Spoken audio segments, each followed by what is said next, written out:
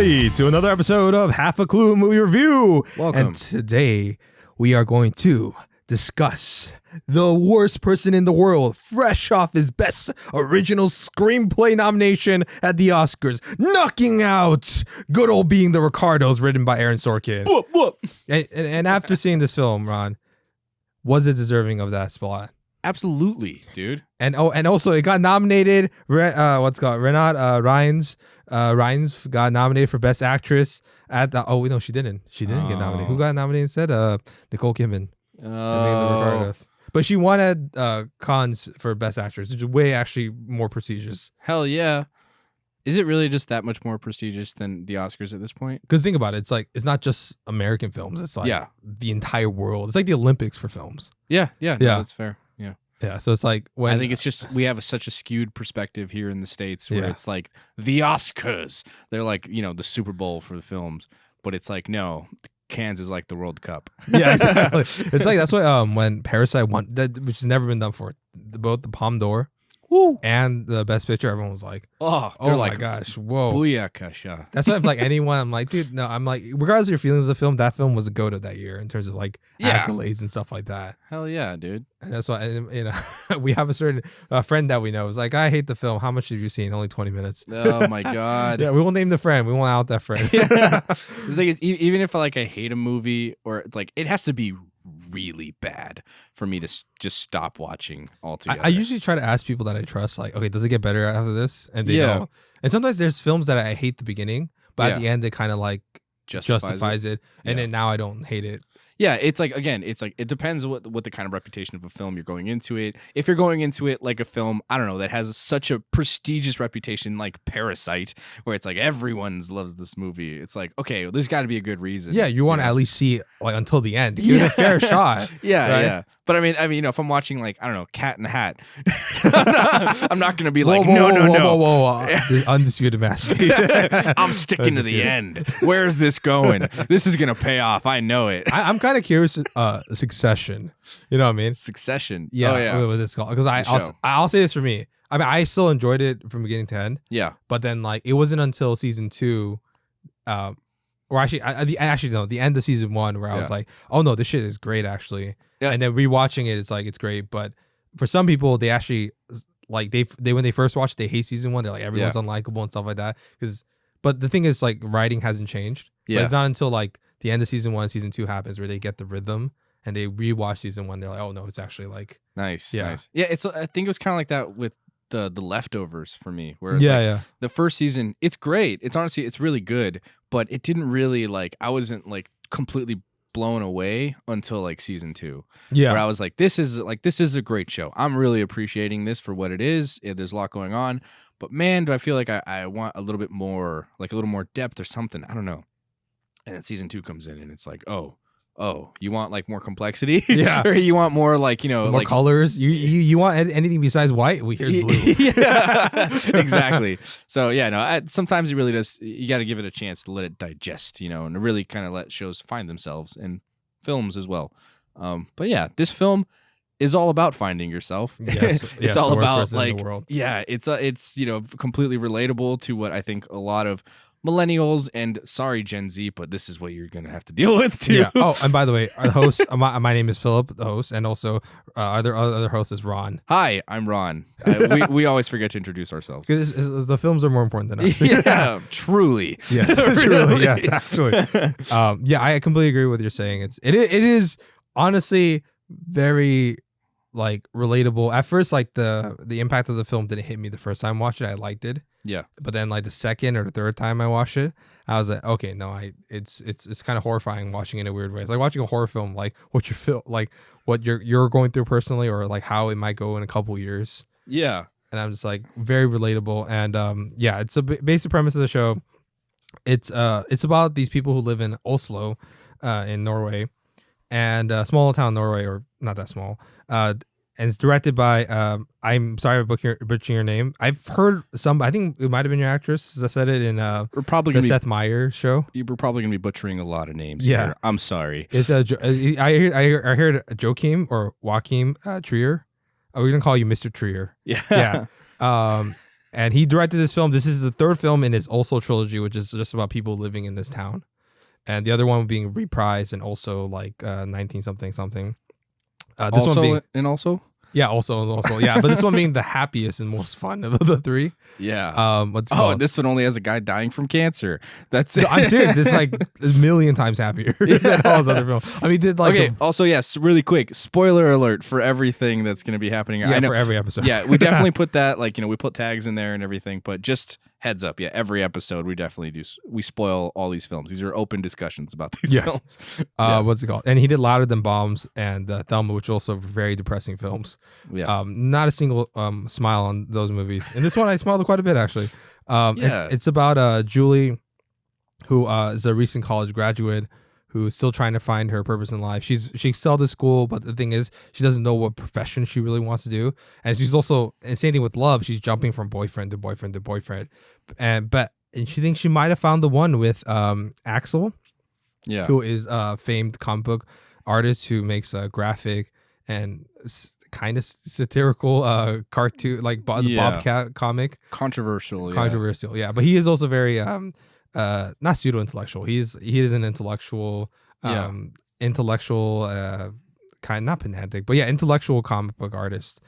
And she thinks she finds love, but at the same time, she also feels like she's her own supporting character and going through her own quarter life crisis, and finds Ivan and a potential romance there. And now she's debating on where she's gonna go in life. She's gonna stick with Axel, or she's gonna get Ivan, or she's just gonna do her own thing. And there's a lot more. I kind of love that montage fairly early in the film where she is just the prologue. Yeah, the prologue. When they're jumping from like the just all the different kinds of like degrees that she's doing. She's like, I want to study the science, or like the body, but not just the body, now the mind. Actually, you know what? I'm a more visual person. I'll be a photographer. I'm gonna be a photographer. Actually, you know what? I think I'm gonna try to do this. And it's like, because it's weird, because like she's approaching her 30s at this point. I mean, I feel like obviously there's like some jumping in time here throughout, but like in your mid 20s to like even your 30s now, it's like there's so much more pressure, and like it's like to figure out your shit. Yeah, and it's like the thing is like it's almost impossible to get that perfect career, goal, life, whatever that you want, because it's like there are so many different things coming at you. It's like I have to find a job that is both fulfilling and pays well. Yeah, that's gonna keep me, like, I got a job, that's also gonna pay well, and they're gonna be able to like sustain me in my life and everything, while also making sure that I'm not harming the environment at the same time, and I'm like, a socially conscious person. And it's like there's all these different things that kind of just really just weigh on you.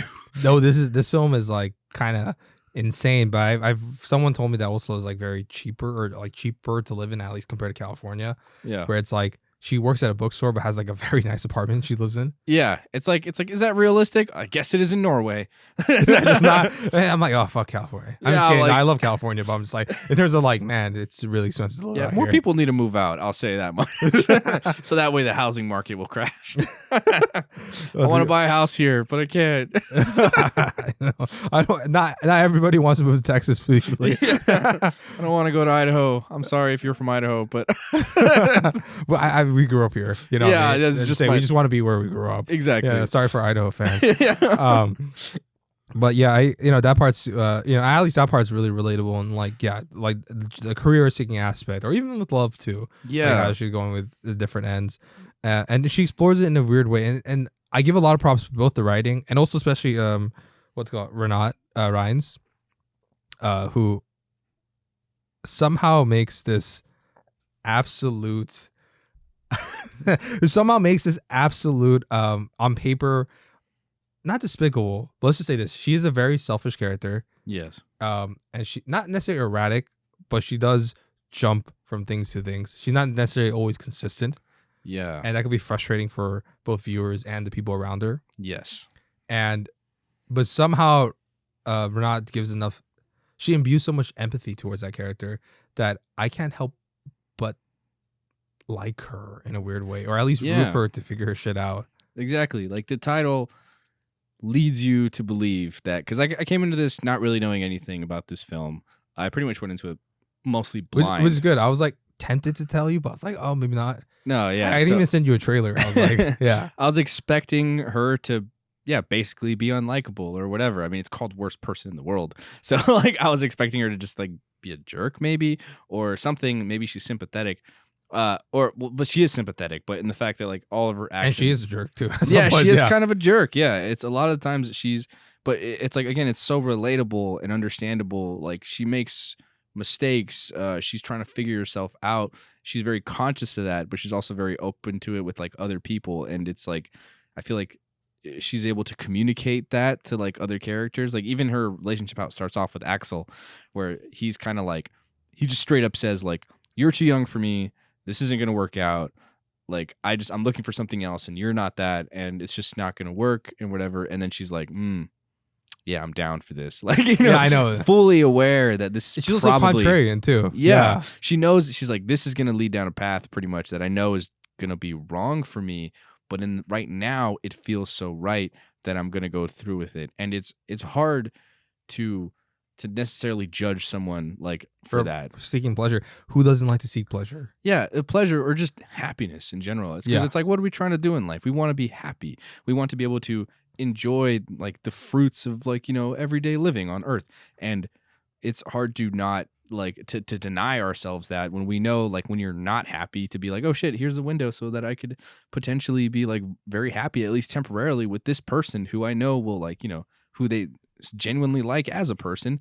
It may not lead down to the best, path, but like, I'll be happy in the meantime. It's like about the journey, right? That's pretty much what this is a more accurate life is. This is a more accurate pursuit of happiness than Will Smith's. Yeah. I was gonna say like Eternal Sunshine of the Spotless Mind. It kind of reminds me of that, where it's like, oh yeah, I agree. Basically, like the relationship, they know it's not gonna end well, but they still decide to go forward with it. Yeah, it feels like, right at the time. Exactly, and again, it's like with any kind of relationship, it's it's extremely hard, and it takes it's a very high level of maturity to be able to understand that and like act against your impulses there, I guess. So it's great. And the crazy thing is like Axel, which he's honestly low-key my favorite character in the film, because he also has some of the best like lines, dialogue, monologues, or scenes. Yeah, and it's very sympathetic, especially near the end. Even though I feel like in a weird way, I think he's like the director's surrogate, where he's talking about like he rewatches. I bet you that's the director's favorite films. Like he's like Dog Day Afternoon, Lynch, and I was like Godfather Part 2. Godfather Part 2. I'm like, okay, okay, I get it, Mr. Trier. Those are the films you like. And then he's talking about all the music and the collecting and stuff like that. And hoarder. Yeah. I'm like, I get it, you're a hoarder, Mr. Trier. What's it called? So he tries his best to actually try to make it work, make adjustments and stuff like that. I mean, obviously there's flaws in his part, and maybe he's a little too self-involved, especially with his own career. But at the same time, you can't blame him because that's his career.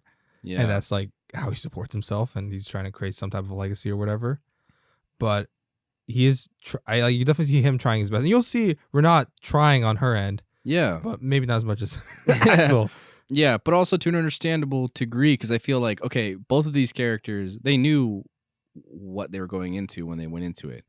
He laid it all out, where he's basically like, this is probably just not going to work or whatever. Like, I'm just looking for other stuff. You're just in a transitional part of your life. I'm settled. I'm at where I want to be, So, and that's exactly how it plays out, where it's like basically she's like, this is not what I'm looking for. But again, that heartbreak, those moments, those relationships, like it's hard to tear those away. And so like I love that. Like even the part where like he's like they're talking about like having kids and why that's such a big decision, and she doesn't want to have kids right now, but he does, and it's understandable, again, just where they are in their lives. He's 44, she's 30. She hasn't turned 30 yet, but she's about to. Yeah, she's going to. And he's like, oh, that's a great time to have kids, and she's like, yeah, but I don't want them. Yeah.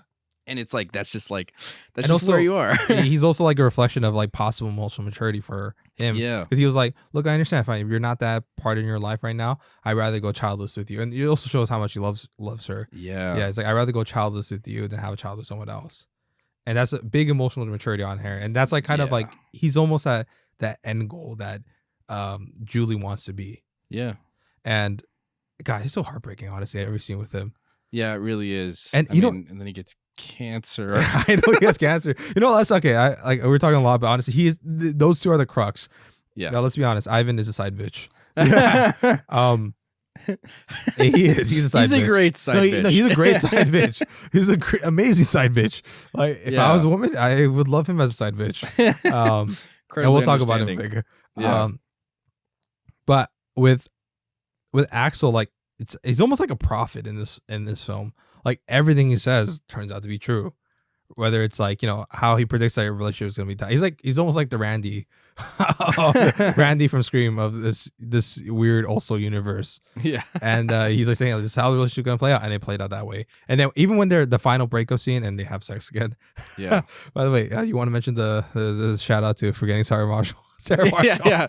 I was like, this is like it's hard, this between this film and Forgetting Sarah Marshall, who has like the most I don't know, sad penis scenes. Yeah, sad flaccid penis scenes. I think this tops it. Yeah, this one definitely tops it. But yeah, Sarah Marshall should definitely get a shout out. But then Jason Segel. What's it called? She's like, she's trying to break up with him. He's like, no, wait, we can make this work out. Oh, he's standing there pantsless. Yeah. Yeah. One uses it for comedy. The other one uses it for serious, purposes. Vulnerability. Because they just had sex. Yeah. Yeah. And you can tell there's a lot of feelings left for them. And, when she says, very honest, when she's like, I love you and I don't love you. Yeah. And I personally, from my own experience, I've heard a lot of what she said to Axel and what Axel said to her is like a lot from my own personal experiences I have said to people and what's been said to me. Yeah. And I like that. It's very honest and there's no judgment on the character. They never punish. They kind of punish Julie a little bit, deservedly so. Yeah. Like you could tell at the end when he had cancer and he died and he's speaking to her, there's huge amount of regret on her side. Yeah. To the point where she's like, yeah, I fuck my side bitch. And she's spending more time with Axel, who's probably her actual love of her life. Yeah.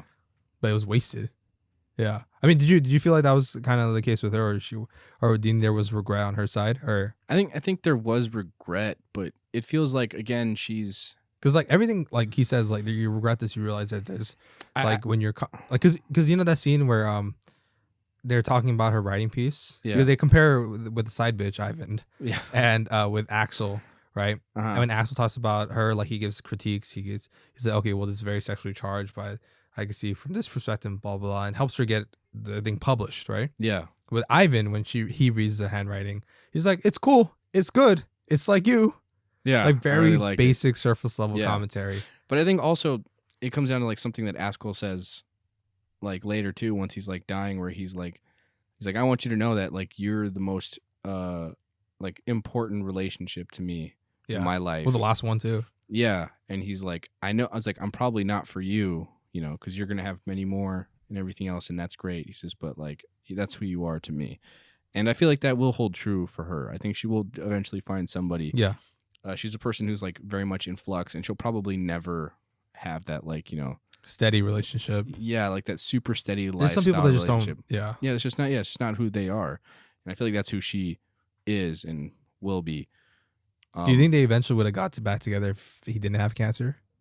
Because I mean, they were already like, you saw like the interview, right, in chapter 9, where it was and by the way, we'll talk about the chapter system in a bit, but Bobcat Rex Xmas. Yeah. She was already kind of like super invested in the interview, and like you see that look of longing. I think they probably would have. Like eventually they could have met up again. Maybe not permanently, but I imagine for like a period of time. Yeah, possibly. Which who knows? Maybe that would have been worse. Because honestly, like again, that heartbreak. Yeah, for him especially, but for both of them, because you can have that regret, but also necessarily not regret it. You know what I mean? Yeah. Like, because when he says like you're gonna regret this, and she's like, I know. Like it's a very real emotion where it's like, you can live your life thinking that you should have done something differently, but at the same time understand that it needed to happen that way. Yeah. And I feel like that's where she comes to understand it, where she eventually decides like, yeah, I just like I shouldn't have been with him. Or at the same time I should have. Like it's contradictory. It's weird, and I like that. It's like it's complex, and there's no easy answers for this. No, because it's life. That's incredibly complex. No matter any way you slice it, there's never gonna be that easy answer. And by the way, this is one of my favorite sequences, just because like no dialogue or nothing, because it's Axel's death scene and her miscarriage. Oh yeah. Like no dialogue. They're just like, oh yeah, Axel probably won't last the night. She does, and then you could tell she's walking, and there's left the interpretation whether she actually sees him in his final moments. I'm guessing not, because she's just outside, and then she's just outside and sees the sun go down and sun go up, which is just like a visual hint that he has passed away. Yeah. And then, which is amazing, the restraint that this director has. Yeah. You're not directly like, this is Michael Bay. He'd be like, okay, he died at like this time, and this is how he died in dialogue. Yeah, it's like they didn't need it. They didn't need to show it. They didn't even need to explain it or have someone say it. It's just all implied, but with weather. Yeah, and it's all just there, and you can completely pick up on that. And the same thing with her miscarriage, where she's like just bleeding. Yeah, she's bleeding, and just cuts to her crying on shit. Yeah, or after post crying. Yeah, and you understand at that point. I think I was talking to you briefly about on Reddit. People like thought he was too subtle. They didn't get it, and they didn't get it, and they also don't think that Axel's dead. And they also don't think that she has a miscarriage. I'm like, well, you guys just missed. I don't know how you could. I'm serious. There's some viewers that are like, kind of like, we know people that probably will think that too. Like, what? Why is she crying? Yeah, you know, starts with an E. I'm just kidding. It's not E, or it might be Z. Okay, yeah, it might be a Z. But yeah, it's definitely or easy. I'm just kidding. I don't know where we're going with that. Yeah, I think you can understand it though. It's all like there. It's film language. You can interpret what's happening on screen. It's not that hard. But I mean, I guess if you didn't figure that out, I don't know. That's disappointing. But whatever. Yeah. Let's kind of get into we talk about the chapter system. Yeah. What do you think? Because like in a weird way, she was at one point trying to be a writer, right? Yeah. This film does feel like a visual novel with like chapter breaks, because it always cuts to black and you have a narrator on top of it. And at first I wasn't that in love with it, because I think it's kind of a cheap way to make it feel like it has structure. But now I kind of absolutely dig it, because it's like, I'm assuming the narrator is a future version of her, and she's re-narrating her life. And in that way, it's like, it feels like a retrospective not a visual novel. And for me, it works really well. But what about you? What do you think about the chapter system? No, I agree. I think it's like we all entered various chapters in our lives, and all like, and it's easy to kind of sum them up different ways, like to try and just or simplify them. But I don't know. I figured, it's hard to say, honestly. But no, I enjoyed it a lot. I think it gives it a great structure throughout, like that, like really kind of carries it through, and it just. And it doesn't feel lazy. It feels like as if it's like a person looking back onto their life and seeing what happened, what didn't, and stuff like that. And especially someone who's like a writer and who's like, exactly, self-analyzing and being like, okay, so what was it that led me to this point? Why did I do this? What's the journey of self-discovery and stuff like that? Exactly. It's like, okay, there was the cheating, there was the oral sex, there was the, family timing, whatever, this cartoon, whatever, like it's all like various aspects, like these major moments that basically shape you to who you are, and dotted with like millions of little tiny moments that just kind of like influence who you become, and everybody has an arc and a journey that ends a thing. Even the fucking Suniva, the side bitch's ex-girlfriend. Oh yeah. Yeah, Ivan's ex-girlfriend. Like her whole story. She has a story. She's like, she sees a yacht. She realized she's like 3.1% like Native American or something, right? Yeah, or Inuit, I think. Inuit or something. and then she has a whole fitness guru / climate change activism life that she does. Yeah. And she amassed 30,000 followers at the end. Yeah. Which is crazy. In like a minute, she has a full complete arc and story. Yeah. She suddenly everything Western guilt about everything, and it's like, and she's trying to be socially conscious. We can't eat avocados because it rains too much or it costs too much water. And even Ivan, who went from like a pessimistic no child person, and we see at the end in the epilogue that he was able to find love and have a happy ending on himself, and he has a kid with just somebody else. Yeah. And he looks happy. He looks like he's doing something with his life. Yeah. That was also for him like a transitional period with Julie. Yeah, and I like that she ends up like she's basically alone, but there's nothing wrong with that. No, they don't judge her for that. They're like, she's advancing career. At least for now, she's with photography. Who knows? Maybe the right thing, because they're kind of hinting at that. Yeah, I feel like it would have been very easy for them to just end up with her with some guy or somebody, or even I wouldn't have liked that, to be honest. Yeah, Elvind or somebody, right? Yeah. But no, like that kind of defeats the purpose of the film and kind of betrays her character. Yeah. So I'm very happy the way they ended it, and it's just like, yeah, it felt very satisfying in its own way, and she's still discovering herself as we all are. Honestly, we're going through our lives every single day. We're constantly growing and becoming better versions of ourselves, hopefully. It's like Tick Tick Boom, but way more depressing and realistic. Yeah, honestly, yeah. What's it called? We're not. Even though this one's not based on a true story. I know, because we're not Jonathan Larson and creating Rent on our back end. Yeah. And I gotta say, the visual style. At first, I was kind of not huge on it, if I were to be completely honest, because it was just like mostly handheld and flat. But it kind of picks up, and I started to understand the visual rhythm, and there was actually like a plan and purpose of like that argument sequence. They pan to a specific person during specific reactions, and it felt planned, unlike an Adam McKay film. Yeah, and yeah. Even I don't know why my favorite visual, I'll ask you in a bit, but one of my favorite visual sequences is like after we found that Axel has cancer and he's miming drums to like a rock song or heavy metal song. Yeah. And the camera's just following his hands, like super fluid and nice. Yeah. And I was like, okay, there's definitely forethought into this. Yeah.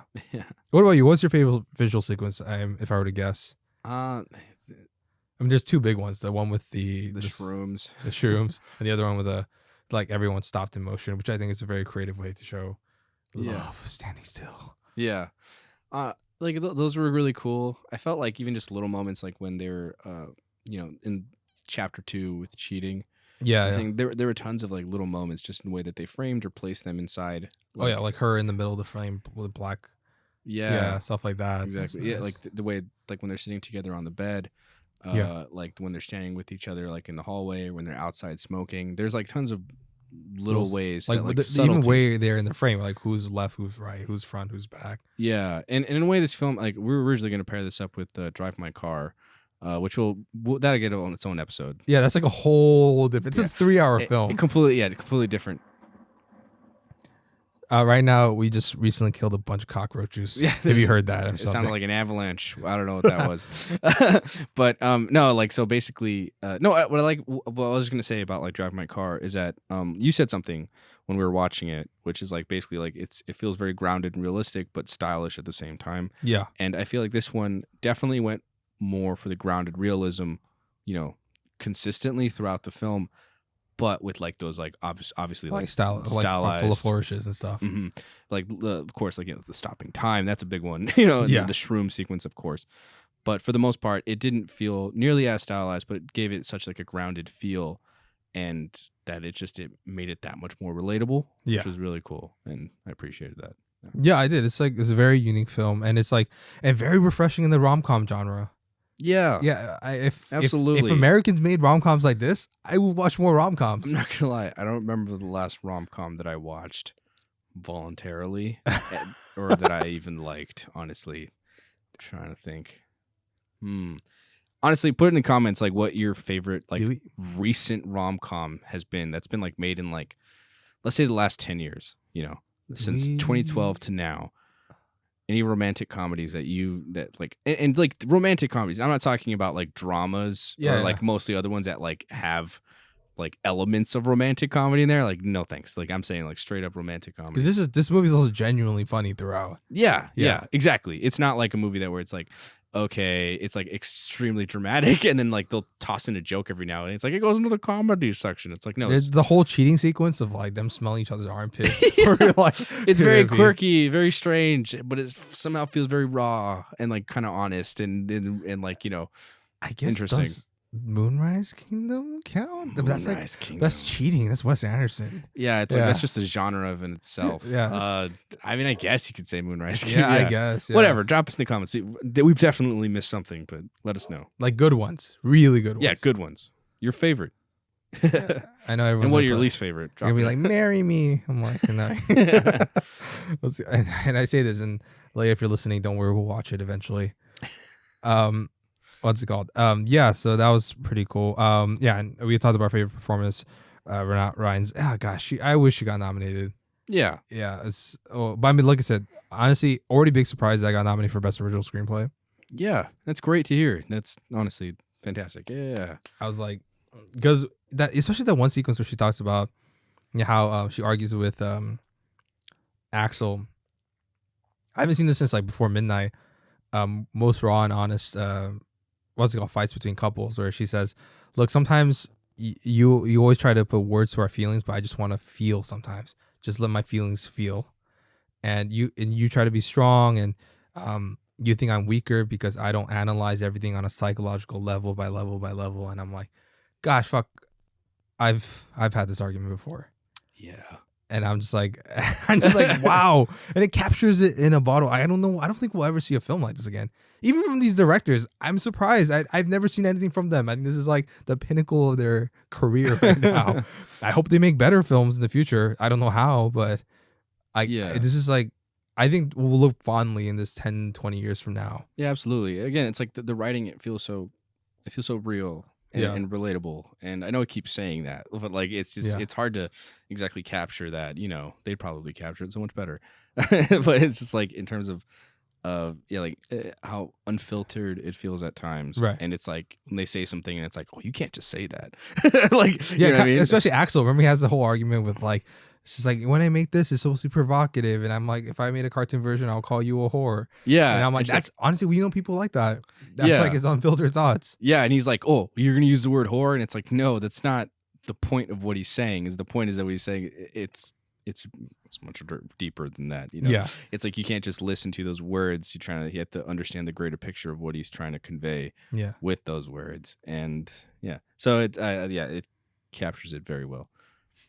It's okay. It's honestly, we pretty much covered everything in this thing, and then we gave. I mean, side bitch aside, he was also really good. Yeah. Ivan was really good too. He was great. Yeah, honestly, I guess great last acting thing we all could talk about is the dad, the Per Harold. Oh, which is also a little sad thing, and there's resolution to that too. Like the dad is like, she's trying to seek for the dad's reputation. I guess that also kind of influences her relationship and seeking approval of men, and because she's also trying to get the approval of her dad, and they kind of mentioned that.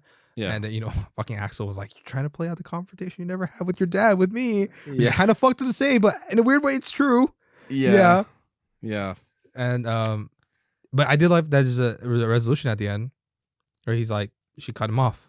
Yeah, which is cool. And some people really need to do that with their families. Yeah, it's like it's sometimes it's you could do it in Oslo. You could do it in Oslo where everything's super cheap and can move away. Yeah. No, but yeah, you were telling me that at one point you're like, oh, they might like go to a fucking vacation or something. Yeah, I was like, I'm waiting for the scene where they're gonna go on vacation for like a week because they can do that so easily because they have the money, even though he's a fucking barista and she's a book.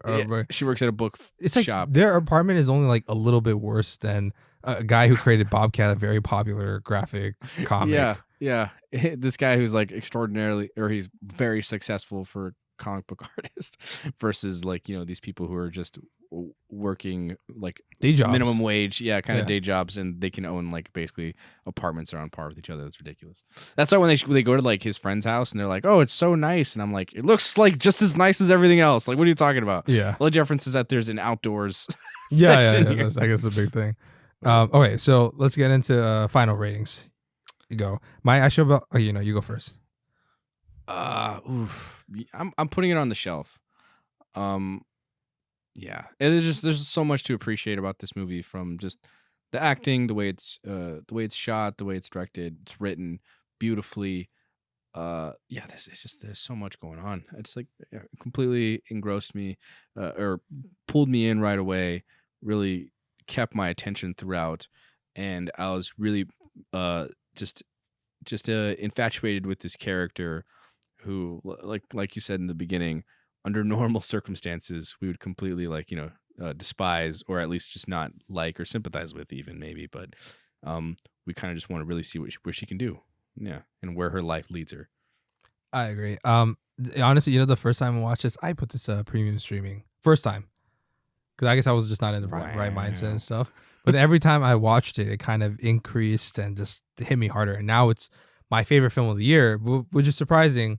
It beat Drive My Car, but I gave it a lower rating. I gave it same on the shelf. I gave that in the museum because and this might go in the museum like down the line, but in the sense that Drive My Car is like super like trend setting. I feel like the 3-hour text within a text and all that stuff. And this one could be, but I'm just waiting a couple years to see what it does. But yeah, for me, it's on the shelf. Might be in the museum. I do love this film quite a bit. Yeah. Yeah. How's this rank for you? Actually, has this been in your top 10 now, or you need it to kind of fester in your mind for a bit? I would need it to kind of like exactly like sit in a little bit longer, because I did only watch it recently, so I would need it to really kind of like naturally align within like all the movies I saw last year, because there was a lot, and there's a lot that I really liked. So yeah, I don't know. I would say it's not as good as Don't Look Up. No. But like it's up there for sure. Like I would say probably in the top 10. I don't know where it would fit, but yeah, I'll say it, most likely in there somewhere. Okay. Thank you guys for another episode of Half a Clue Movie Review. Yeah. It's been a long one. Listen in. What's it called? We're pumping this out. Stay tuned for our future episodes. Whether it's Peacemaker or Euphoria or stuff like that, or whether it's I don't know. We might have a Sleeping with the Fishes episode. We shall see. Yeah, only one way to find out, and that's subscribe. All right. Thank you guys. And thank you guys. That's pretty much it. That's pretty much Thank you guys for listening. We appreciate you. Comment, we share, all that good stuff. It means so much to us. So thanks again. And we might see and you'll see us on future audio podcast platforms very soon. Oh yeah. Check us out on Spotify soon. All right, thank you guys. Bye.